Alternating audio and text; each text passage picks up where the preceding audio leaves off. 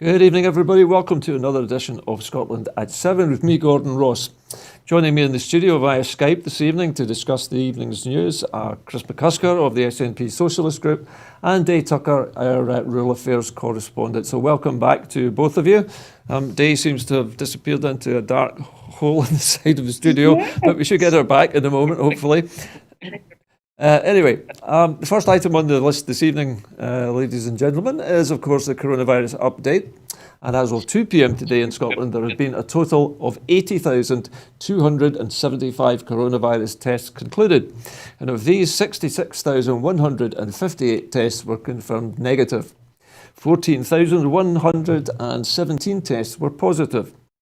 71 patients were in intensive care last night, with 61 of those having tested positive.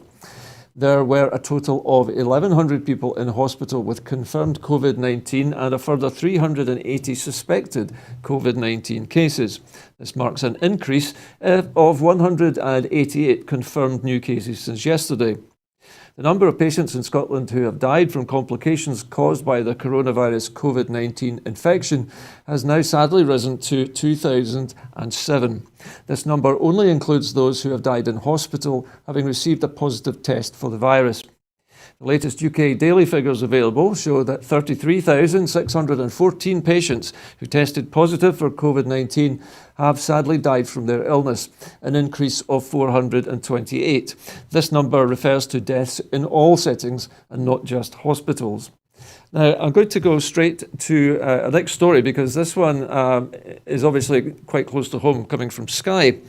And the care home in Skye, called the Home Farm Care Home, is the centre of attention today. In a statement released today about the coronavirus outbreak at the Home Farm Care Home on Skye, a spokesperson for the Care Inspectorate said an inspection has identified serious and significant concerns about the quality of care experienced by the residents at Home Farm Care Home in Skye.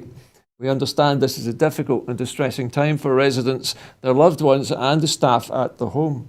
However, our first priority is always the health and well-being of the residents. We have submitted an application to the Sheriff Court seeking cancellation of the care home's registration. This could mean that new care arrangements will be put in place for residents at Home Farm Care Home. We're working closely with partners, including NHS Highland, to ensure that residents experience appropriate care during this difficult time. If I could come to you first, Chris. Now, this story, this is the second time actually that I've reported on it. And then the last time I was reporting about this, it was to mention the fact that the care home owners had actually brought people from Kent to help out with the COVID-19 outbreak on this care home in Skye. Now we're hearing that it looks likely that the company which owns it is likely to lose its operating licence. Yeah, well, I mean, I would actually quite welcome that, throughout the coronavirus situation that we're in, I've been advocating that where possible, the nursing homes and care homes should come back under the remit of the Scottish Government, and I know that there's only a small percentage when you look at the figures in the round of private care homes in Scotland compared to England. But I heard today that Jean Freeman had agreed that the Care Inspectorate, she agreed with the Care Inspectorate after they'd done sort of like a pop-up visit, that they were actually, they had put in place several bullet points that had been agreed by the owner that had to be remedied, in order for it to keep trading as, under the ownership's control. So if that proves not to be the case, then it could possibly be used as a blueprint for other care homes to follow that lead and make sure that we've got a kind of like a uniformity. Yeah, I understand. Okay, thanks, Chris. If I could come to you briefly, Daye. This story, when I first heard about it, seemed unusual because Skye seems such a long way away from where most of the coronavirus hotspots might be in cities and places like that. Yes. I'm actually, I don't know about you, I'm kind of puzzled as to how the virus got to this care home in the first place. Well, it doesn't take too much of a joining of the dots to realise that staff had been imported, and I read, whether it's true or not, it is alleged that the staff had moved up from Kent during the lockdown period, and that some of them had actually tested positive for the coronavirus. Now, I don't know if that is true or not, but this is where profit becomes king, as opposed to looking after a good business that sheds some of its profits down towards the people for whom it's supposed to work. Yeah. Okay. Well, listen, thanks for that, Dave. I'd like to move on to our next story now, which is also, pardon me, considering part of the reaction to the coronavirus. The UK government is to approach Roche is to approve Roche COVID-19 antibody tests. The UK government is in talks with the Swiss drug maker Roche to buy an accurate COVID-19 antibody test, following the lead of the European Union and the United States, which already have given preliminary approval to the tests. The mass antibody testing with millions of kits is being considered by many countries as a way to speed the reopening of economies devastated by lockdowns and to introduce more tailored social distancing measures. A Public Health England laboratory concluded on May the 7th that the Roche test detected exact antibodies prompted by the virus, but the findings were only made public late on Wednesday. It's clearly an important breakthrough that we have a test which has been found to be highly specific, a spokesman for the Prime Minister, Boris Johnson, said, adding that it had been the potential to be a game changer.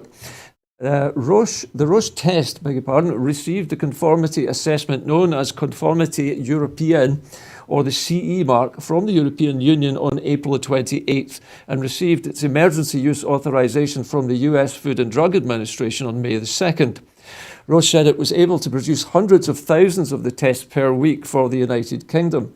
Germany is getting 3 million of them this month and 5 million a month after June. The antibody tests, also known as serology test, show who has been infected, although it's not yet clear whether the presence of antibodies to the new coronavirus, SARS-CoV-2, confers permanent immunity. They require a blood test that can be run on a fully automated equipment in laboratories to provide the results in just 18 minutes. Now, Daye, this sounds like very good news indeed, that the government has finally found an accurate means to test everybody for the coronavirus, and it's available off the shelf from Roche in Switzerland. Yes, which does sound more promising than giving these contracts to their buddies. Yeah. Who don't really have any experience of that sort of thing. So hopefully, I mean, over there, Roche have a good reputation. So hopefully this is something that will work. Yeah. So hopefully in the UK, if this is adopted, then we might be able to, by knowing where the hotspots are, be able to tailor the measures that are put in place to control the virus more accurately and perhaps release more people from the lockdown. Yes. Okay, Chris, what's your reaction to this piece of news today?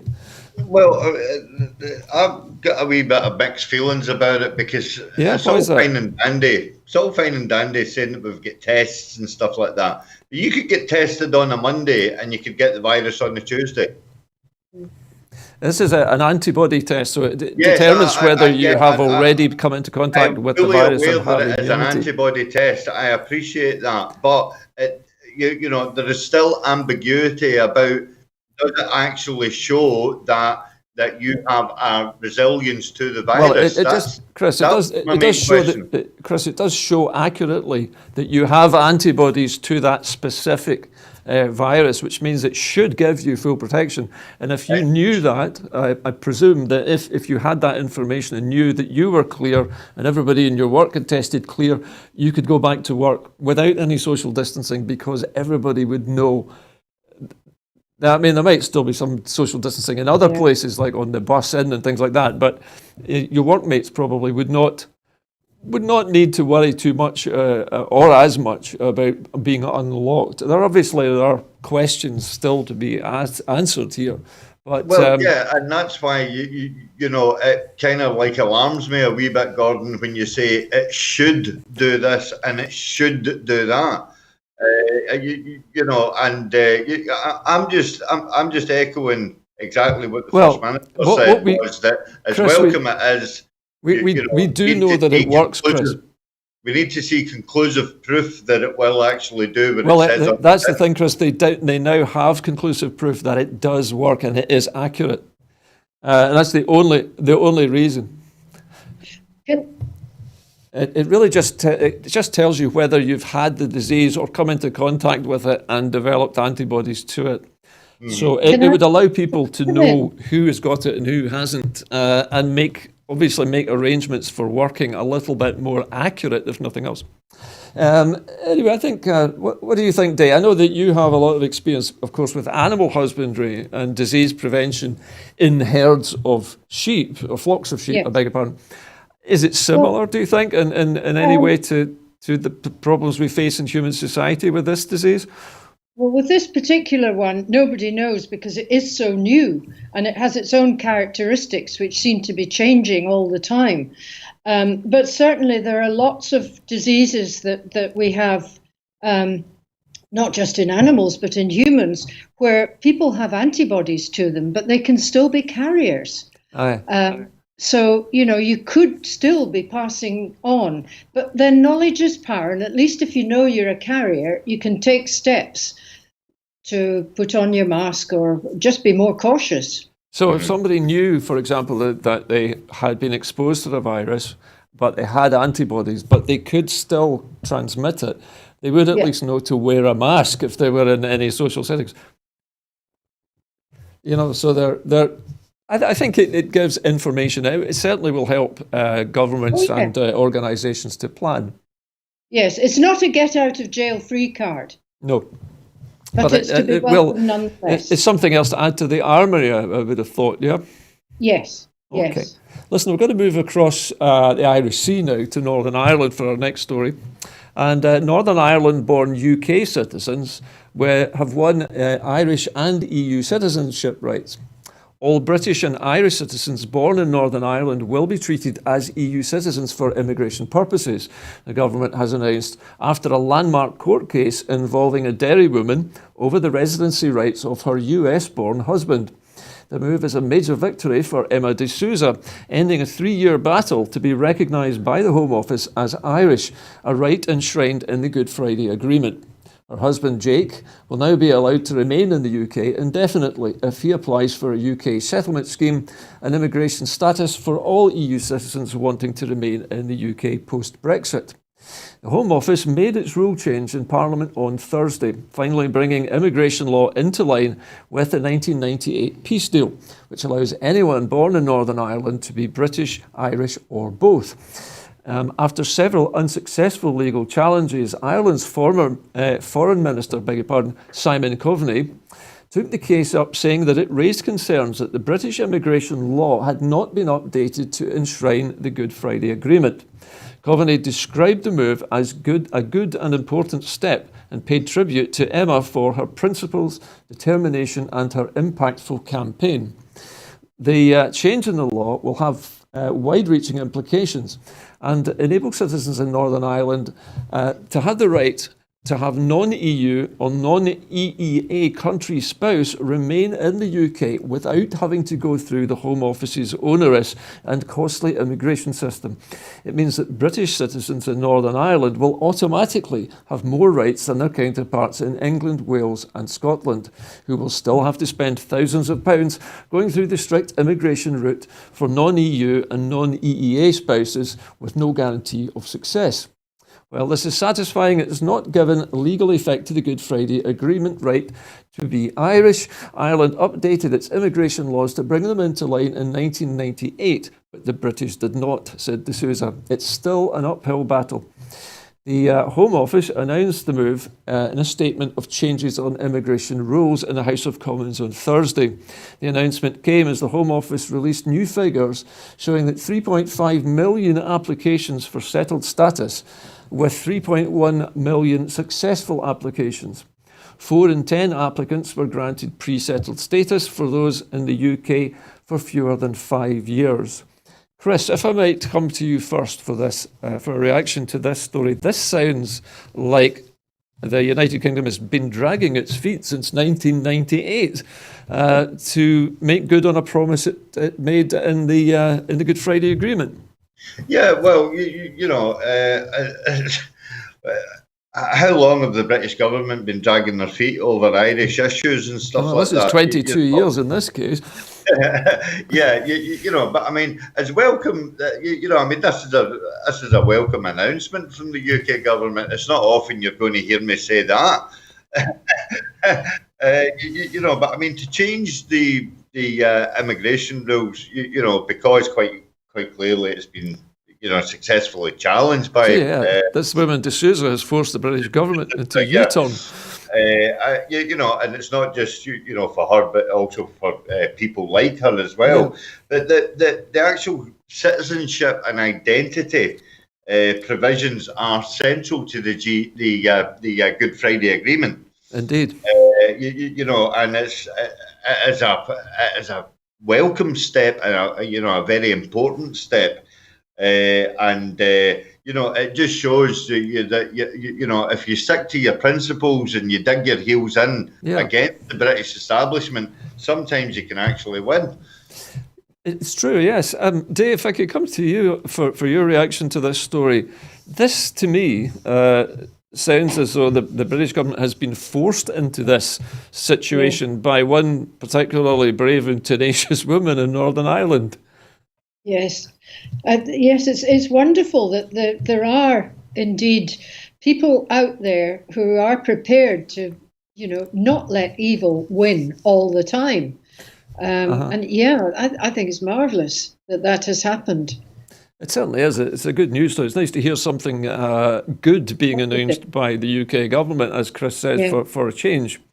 Now, sticking with the subject of the British government for a moment, the Tory cabinet says that the UK will not give up its independence to the EU. At a cabinet meeting today, ministers agreed that the UK government will not give up its rights as an independent state by bending to the demands of the European Union in its talks on a future relationship.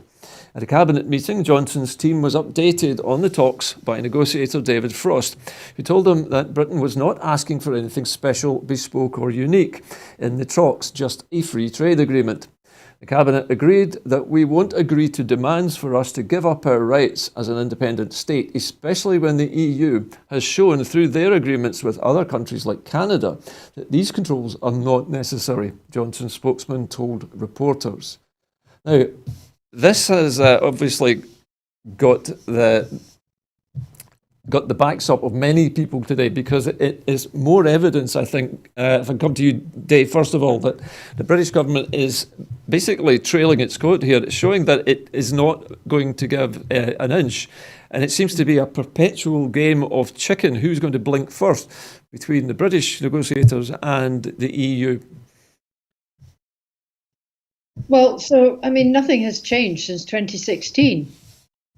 No, it seems that we're still exactly in the same position that we were in back then.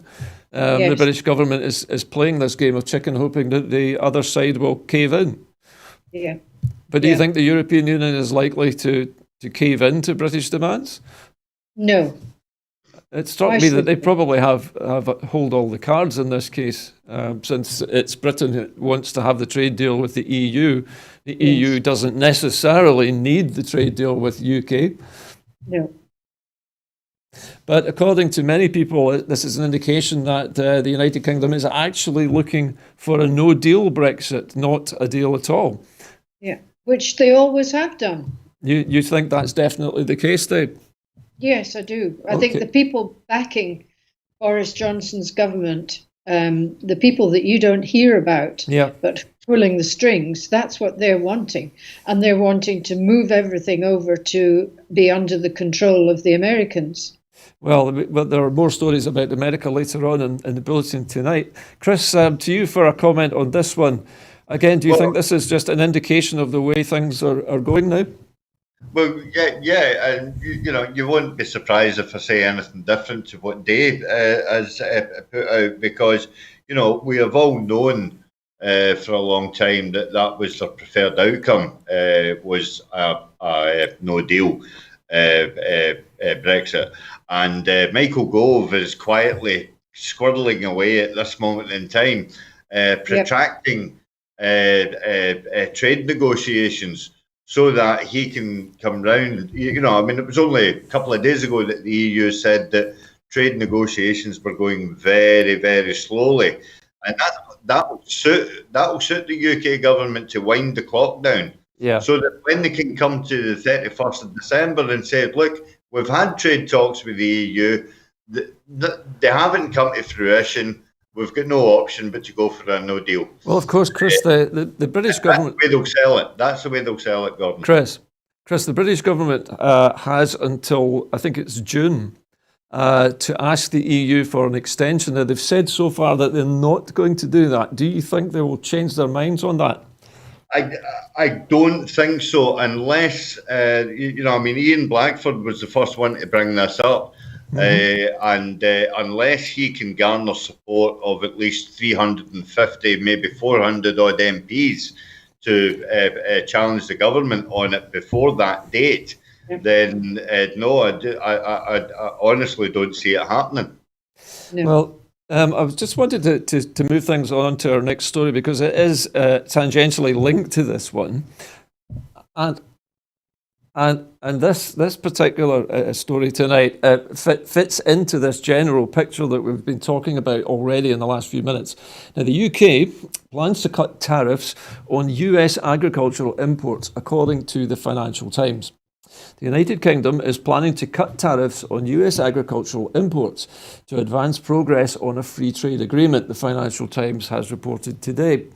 The Department for International Trade was considering a big concession package to negotiators from the United States over the coming months to cut the cost of certain agricultural imports, the Financial Times reported, citing government officials. The package has been led by UK Trade Minister Liz Truss, but is facing internal opposition from Environment Secretary George Eustace, who has raised concerns that such a step could undercut UK farmers, the report added. Concerns about such tariff cuts have also been raised by officials at the Department for Food, Environment and Rural Affairs, according to the report. The SNP's Shadow Environment, Food and Rural Affairs spokesperson Deirdre Brock MP has warned the UK government against putting Scottish and UK produce at risk by rolling back on high food and environmental standards. In commenting, Deirdre Brock said, it would be unconscionable for the UK government to sell out domestic producers and food manufacturers during the current pandemic, when so many are struggling to continue to operate or are working flat out to ensure that produce reaches people across the UK. Meanwhile, the UK government's refusal to accept safeguards to its agricultural bill completely fails to guarantee that food, welfare and environmental standards will be maintained and enhanced, putting at risk Scottish and UK businesses. Now, Daye, this is definitely a subject for you to get your teeth into, I should think, tonight. This must make you absolutely beeling mad to hear this tonight. Well, frankly, I'm sick to death of hearing the same old thing and the same people arguing about it. We've known right from the very start what was going to happen. And we've watched Liz Truss doing making all these ridiculous supposed trade deals. We've had the Americans denying that their food is in any way less of a standard, either welfare or health-wise, than ours is, when we all clearly know that it doesn't come up to our standards. We've had promises from all these ministers, and it's interesting to see that one of them now is saying, "Oh no, you can't undermine farmers." He must have known right from the very beginning that was going to be what was happening. It seems as though, this is my own sort of reading of this, that this has actually been part of a plan. I mean, you've already said that you believe this was part of a plan, Daye. Yes, it was. So if the plan is then to undercut or to introduce American produce instead of homegrown produce, how are the people who are going to buy that produce going to buy it if they're put out of work when their farms are closing down? I mean, it doesn't seem to make any sense, does it? Well, yes and no. The problem is that agriculture, in terms of people involved in it, is fairly small in the whole of the UK. The numbers of agricultural workers, and indeed even the turnover of agriculture. In Scotland, it's a different matter altogether, because agriculture underpins our tourism industry and our food and drink industries, both of which are major contributors to our economy. You think about the UK and particularly England, what's the major contributor to their economy? That's a good question. I don't even know the answer to that one. It's always been finance. Yeah. And agriculture, the UK government has tried to get rid of farming support for decades over in the EU. They've voted against it at every turn. So they don't give a toss about their farmers, homegrown food or animal welfare or anything, despite all the talk. Okay. They just want cheap imported food. Chris, if I can bring you in at this point. Now, I can see a pattern developing here where the UK government is perhaps wanting to bring down the price of American imported food, particularly to the United Kingdom, as a sweetener to some kind of bigger deal. What do you think? Is this part of some kind of long-term plan to allow American firms into our markets? Well, yeah, I don't think it's a long-term plan because, the Tories never do anything on a long-term basis. Everything's going to be, short-term so that they can see an instant success and then sort of sell it to the British public that way. Agriculture was expected to be one of the most thorniest issues in the trade talks. Are you talking about the trade talks with Europe or America? Sorry? Are you talking about the trade talks between us and Europe or between Britain and America? Well, no, just agriculture as a whole. Yeah. Because as I say, the majority of the British public has been really, really strongly opposed to anything from the US. Yeah. Whether it be the genetically modified crops or the antibacterial beef or the hormone treatments for chicken and whatnot, what have you. People are really, really still very, very sceptical about taking any products from America. But I've got to go back to what Daye was saying earlier on because I have actually done a wee bit of research on this. Yep. And it's strange because it's saying that the trade in goods between the US and the UK back in 2018 was valued at $127.1 billion. $1 billion with a $1 billion. Okay. And the two sides are roughly in the same balance, right? Okay. But the services trade actually topped $134.8 billion. Are we talking about financial services trade? Yeah. So that again backs up exactly what Daye was saying, is the fact that you know, the British agriculture is a complete side issue to the British financial sector. So, Chris, to clarify, are you saying that the British government is trying to do a deal with America whereby we give them access to our market for their food, in exchange for which they let us process their profits and funnel them into our tax havens or our other investment vehicles? You said that, I didn't. I'm just asking the question. Is that what you think? You know, I mean, the other point about that is the fact that Britain, you know, in 2018, Britain was the 7th largest US goods trading partner. Yeah. And that was after South Korea. Okay. So there is more to this than meets the eye. Okay. Daye, did you have something to add to the conversation there? Well, yes, when you're talking about the financial services, and we all know about the bets that have been put on by the very, very wealthy few in terms of, sterling and money markets and all that sort of thing. Yep. But that's only a small side of it. These people who are backing Boris Johnson and his government are really looking at a global picture and the control. If you think about the global control of finances, the dollar is king. And, having a bigger say in that kind of market is what they're after. Of course, then there is a battle brewing at the moment between what we would call the traditional Western countries of Europe, Great Britain and North America, between them and perhaps China, and perhaps also India emerging onto the world market as well now. Yes. So there's all to play for at the moment. But when it comes to agriculture, how big an impact do you think this would make to the Scottish economy if Americans manage to penetrate the Scottish food market in the way that we're talking about just now? I think it will make a huge impact.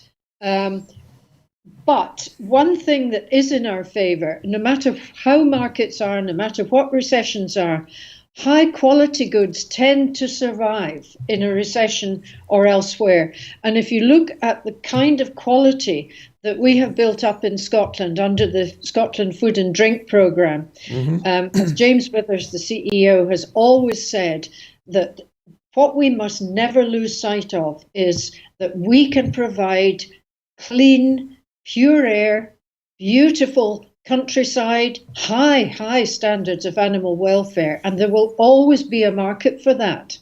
Yeah. Now, the fact that the EU market will be impacted in a negative way, perhaps, if we, get pulled out, which it looks like we're going to be, but we can fight to get back in somehow, and our food will be welcomed globally because of its purity and its high quality.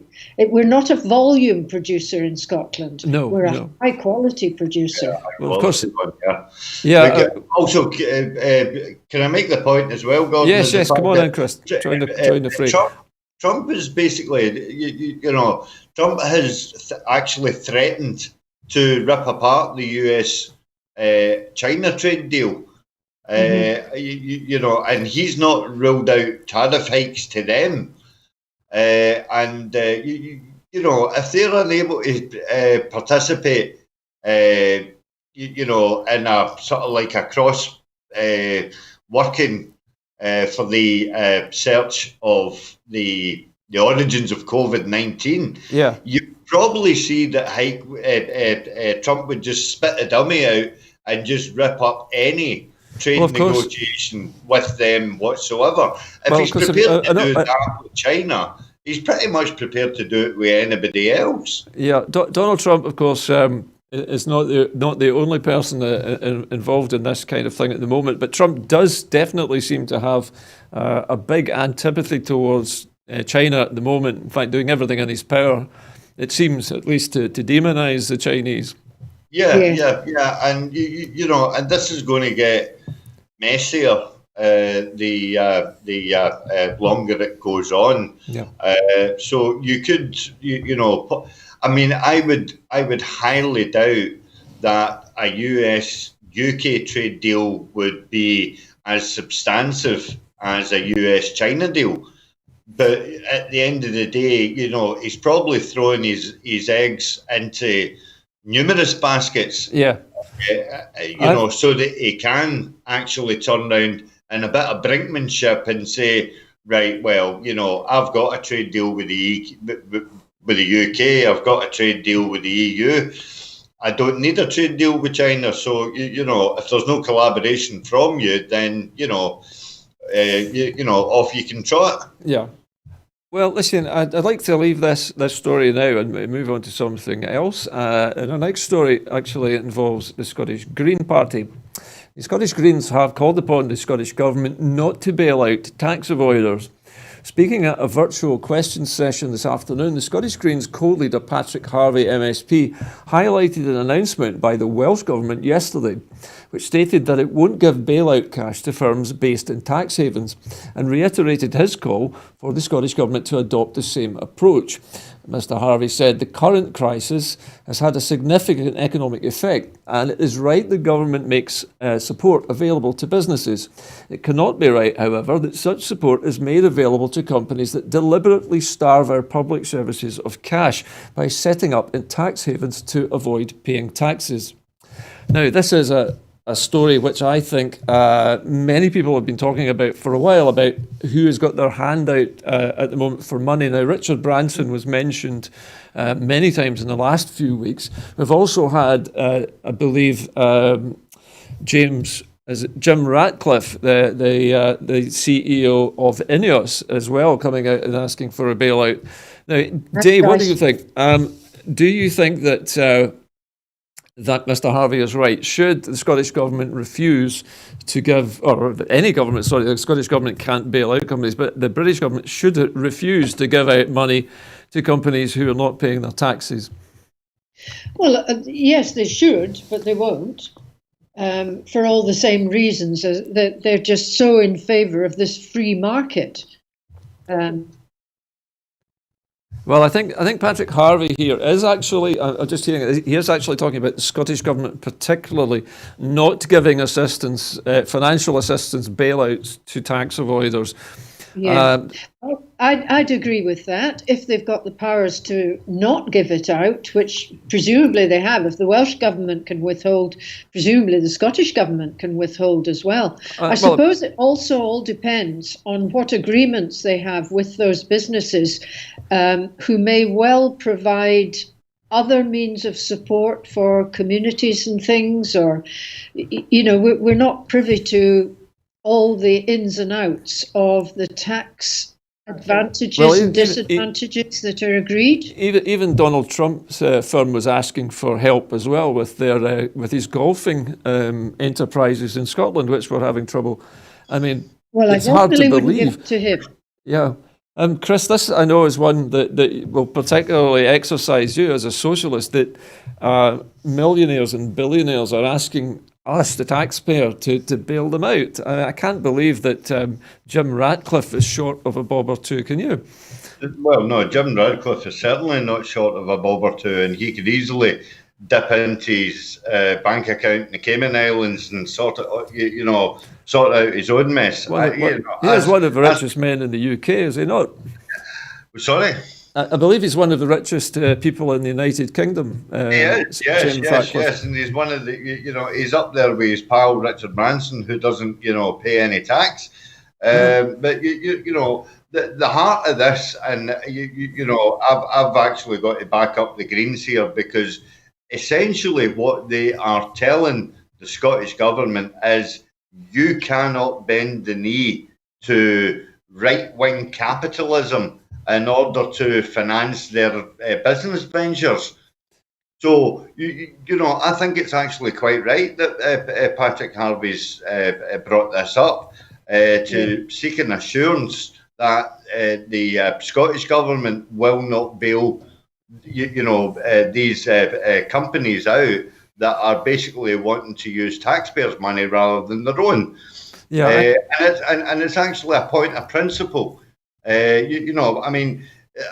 Make no mistake, I fully expect Branson to get some amount of money from the British government. I honestly, I fully expect it, and I fully expect the British government also to give some money to Ryanair.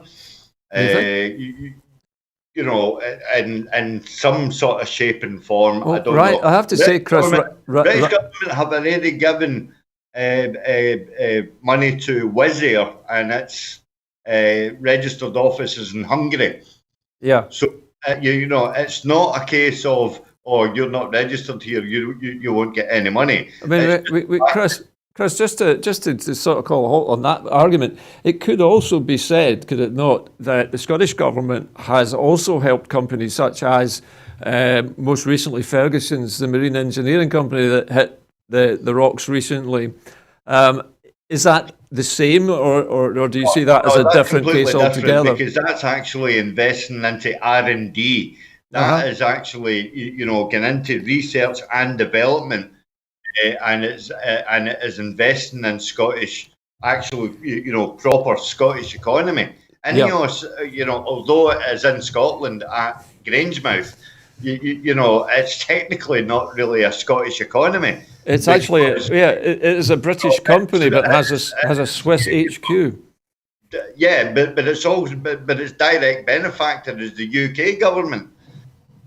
Yeah, I seem to recall that we've had problems in the past with Jim Ratcliffe at Ineos when he virtually held the whole country to ransom over, I think it was a tanker driver's strike at Grangemouth, if I recall correctly. Chris, you remember that? That's right. I can't remember when that was. What was that, back in the early 2000s? Yes, the early noughties, I think it was. But I just remember that he threatened to close the whole place down.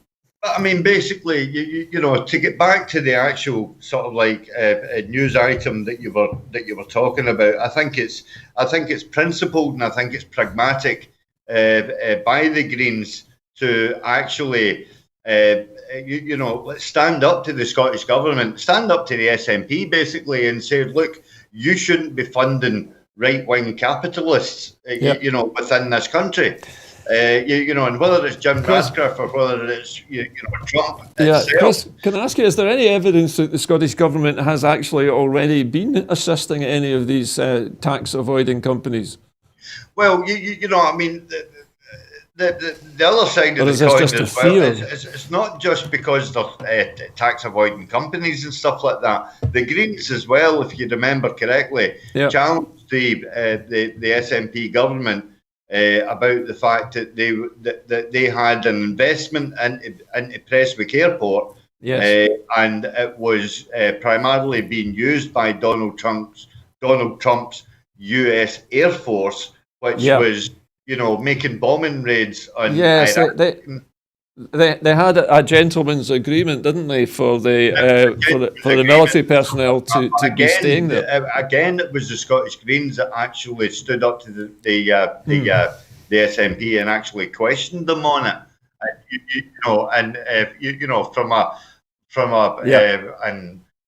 Chris, of course, we need to put something right. From an ethical point of view and from a moralistic point of view, their feet were basically held to the fire on that issue. And on this issue, this is exactly where Patrick Harvey is going. He's basically challenging the credentials of the SNP to say, okay, you're willing to be a party of the left. That's absolutely fine. I take you at your word. Let's put a stop. Chris, putting a wee golden fleece around all these. All right, Chris, that's fine. Thank you for that.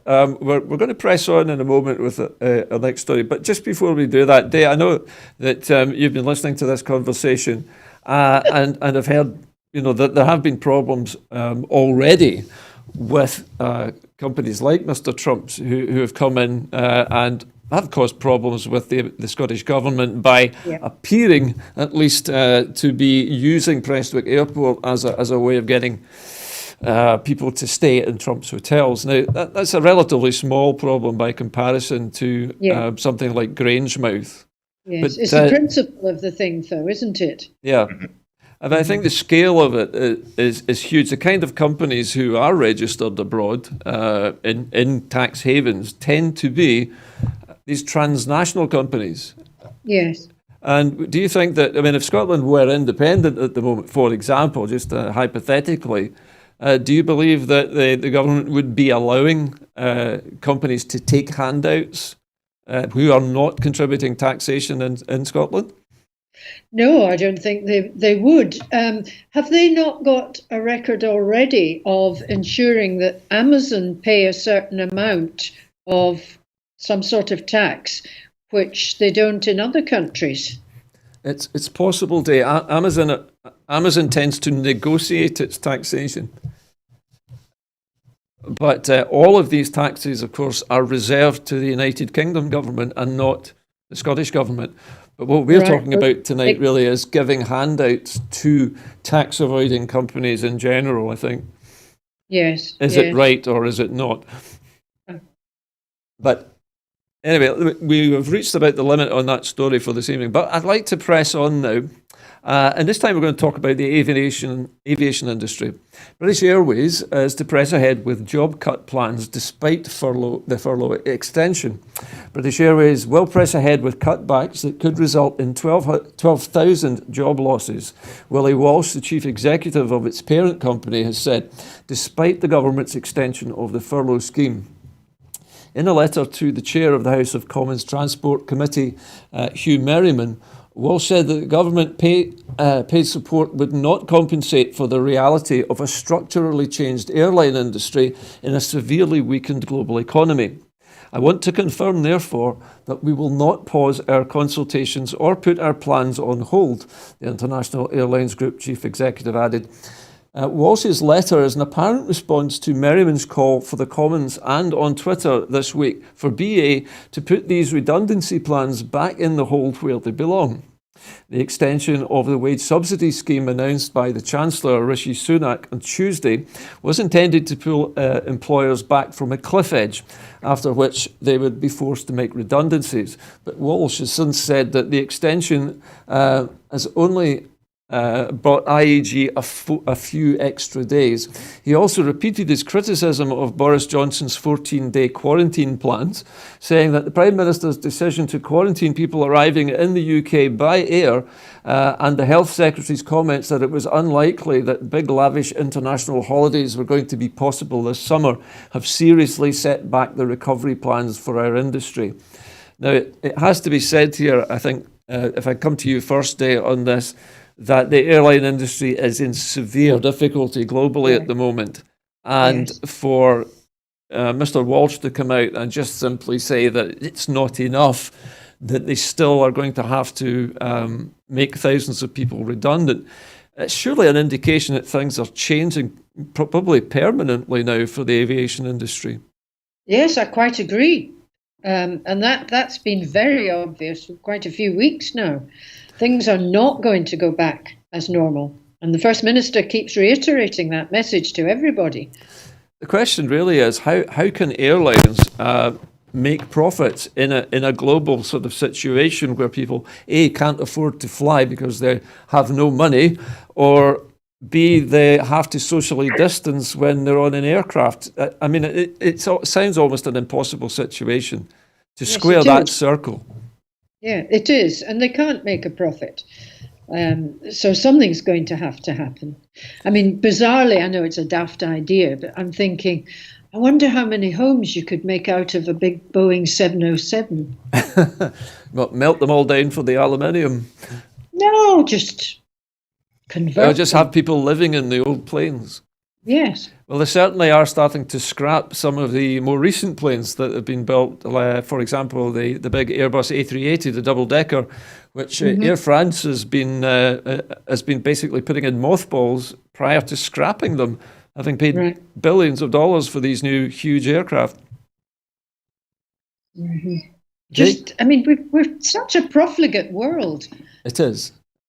Do you think this is going to change things? Do you think people are now going to have to rethink how they connect with each other?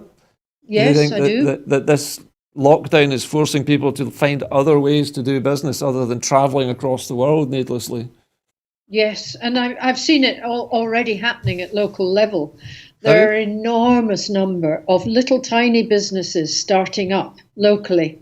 And in my village, we've always had little seed corn businesses that come to the Wee Green Market once a month, and they start off, and some of them go on to become businesses that employ up to 15 and maybe more people. Oh, that's excellent. They started off just as somebody working from a kitchen table. And I see lots of that sort of thing on our Facebook page. There's couple of girls who are doing afternoon tea things, and they put up these photographs of the most amazing 3 tiers of afternoon cakes and scones and things, which you can order. Now that's a new little business starting up, and who knows where it'll lead to. Thanks, Daye. Okay, listen, I'm going to have to move on to our next story. Chris, I'll bring you in on the next story, I promise. Now, if you wish, we have got a little bit of time we can devote to this. The airline industry, Chris, I know I'm forgetting that you're involved in it quite heavily on a professional level. Do you think the airline industry is going to survive in anything like its present form?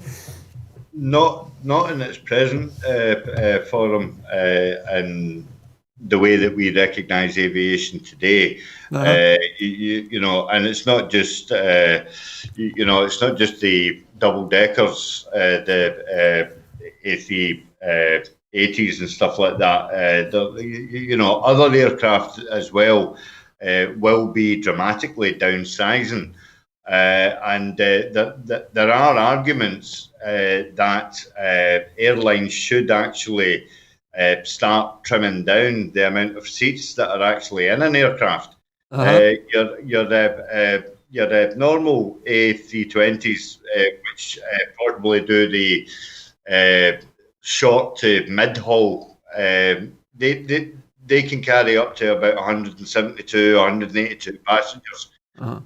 You could actually, there is an argument that you could actually take out a certain amount of rows. Sure. In order to push the seats back and stuff like Chris, that. Chris, what about the problem of quarantine, though? If quarantine is going to be with us for a few more months to come, surely the aviation industry would be virtually paralysed by that.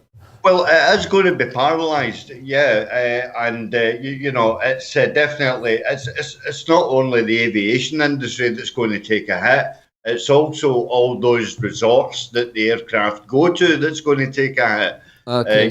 Because they obviously heavily rely on an influx of tourists coming in order to keep their economy going. But the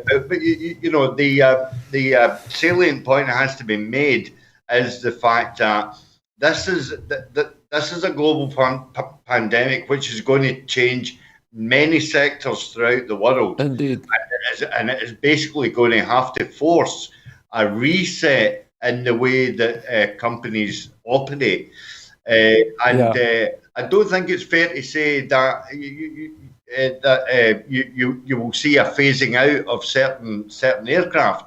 But aircraft can go into a garage the same as a car, and it can get reconfigured. You can take all the seats out and stick. Yeah, somebody mentioned freight. Yeah, somebody mentioned you could use them more for freight, Chris, as another way of utilising them. Again, you can just take all the seats out and then just use them for freight. That's absolutely correct. Yeah. Okay. But this year, the people of Scotland and the people of the UK should completely rule themselves out from even thinking that they're going to get a flight to a foreign destination. Okay. For a summer holiday or an autumn, or because it's just simply not going to happen this year. Okay. Well, listen, thanks, Chris. Thanks, Dave, for your comments on that story. Moving along now to Donald Trump. Mr. Trump is trailing Joe Biden by 8 points amid mounting coronavirus death toll. More Americans have grown critical of President Donald Trump over the past month as the death toll mounts from the coronavirus pandemic. and he now trails the Democratic challenger Joe Biden by 8 percentage points among registered voters, according to a Reuters Ipsos opinion poll. I've just been told we're going to move on to the next, so we're running a little bit low on time. We can come back to this another time. A coronavirus vaccine apparently is now possible in early 2021, according to a European agency. A vaccine to counter the new coronavirus would be approved in about a year in an optimistic scenario, the agency which approves medicines for the European Union has said today. The European Medicines Agency, in communication with 33 developers, was doing all that it could to speed up the approval process. The EMA's head of vaccines, Marco Cavalieri, has said, but he was sceptical of claims that any could be ready for September. For vaccines, since the development has to start from scratch, we might look from an optimistic side in a year from now. So beginning of 2021, he told journalists. He ruled out the possibility of skipping the third phase of the vaccine trial, which he said would be needed to secure a vaccine was safe and effective. The EMA is also looking at 115 different therapeutics or treatments for the coronavirus, which has killed nearly 300,000 people globally, according to the World Health Organization data. Cavalieri said that some of those therapeutics could be approved in Europe as early as this summer, but he didn't specify which. So, Daye, let's come to you first. So, very quickly, the possibility of a vaccine in 2021, how realistic do we think that is? Do you think they manage it in such a short time? No. No? In your experience? Vaccines don't move as fast? I just don't think it'll happen. But it's probably better than nothing, because the World Health Organization is saying that there's going to be a second wave of coronavirus this winter. So, yeah, and they combine that with the winter flu viruses that usually lurk around. Chris, to you, for a very brief comment on this story. The idea of a vaccine coming by 2021, is it realistic, do you think? I honestly don't think it is. And whilst there is an awful lot of universities and research developments that are actually looking into getting one, getting one may be all fine, fair and dandy. We might get one in 3 months' time. But, is that going to be enough time for it to pass all the regulatory? Well, they're rushing it through, Chris. That was the point. That they are going through it at high speed. As I say, you're up against the clock. Whether it's 3 months, whether it's 5 months, whether it's 7 months. Nobody knows. So it is rushing up the clock. And what we don't have is we don't have time on our side, because we know that as soon as summer secedes, then the inclement weather starts moving in, and then that's us basically into the winter flu season. Into the winter flu season. Okay, Chris, thank you. I'm just going to wrap up in a moment with our final story of this evening, and this is about support for people who are shielding during the COVID-19 crisis. A 250,000 packages containing essential supplies have been delivered to people across Scotland facing the highest clinical needs from COVID-19. The 3 boxes, which include vital food and toiletries, are dropped off weekly to the homes of people who are shielding. More than 50,000 individuals have currently signed up for the deliveries.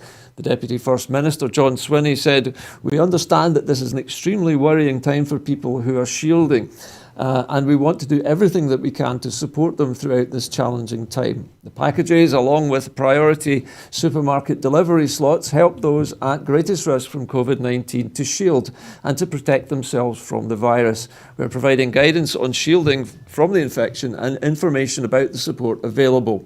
We're also offering this support to people who are shielding through a dedicated text message service. Those without mobile phones can still access this support by calling their local authority." So there it is, another little piece of good news that the Scottish Government is doing their best now to support people who are shielding at home, who can't go out to buy their toiletries. If I could come to you, Daye, just quickly for a very brief comment on this. Yes, very positive, not surprised. Good work. Okay, and you, Chris, very, very briefly indeed, please.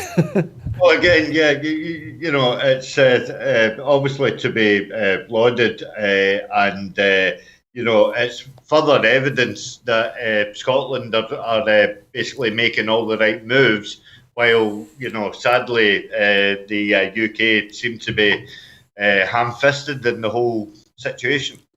Okay. Well,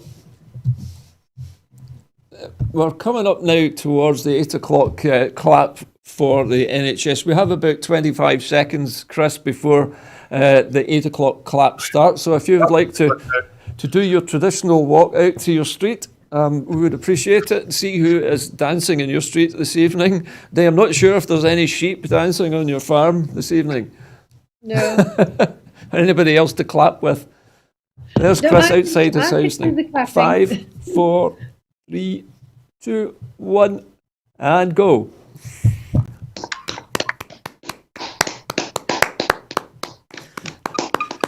So how is it out there tonight, Chris? Is it quieter?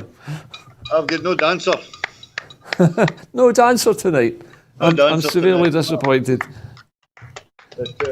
But I can still see people outstanding clapping, Chris. Yeah. The neighbours are still out. That's great to see.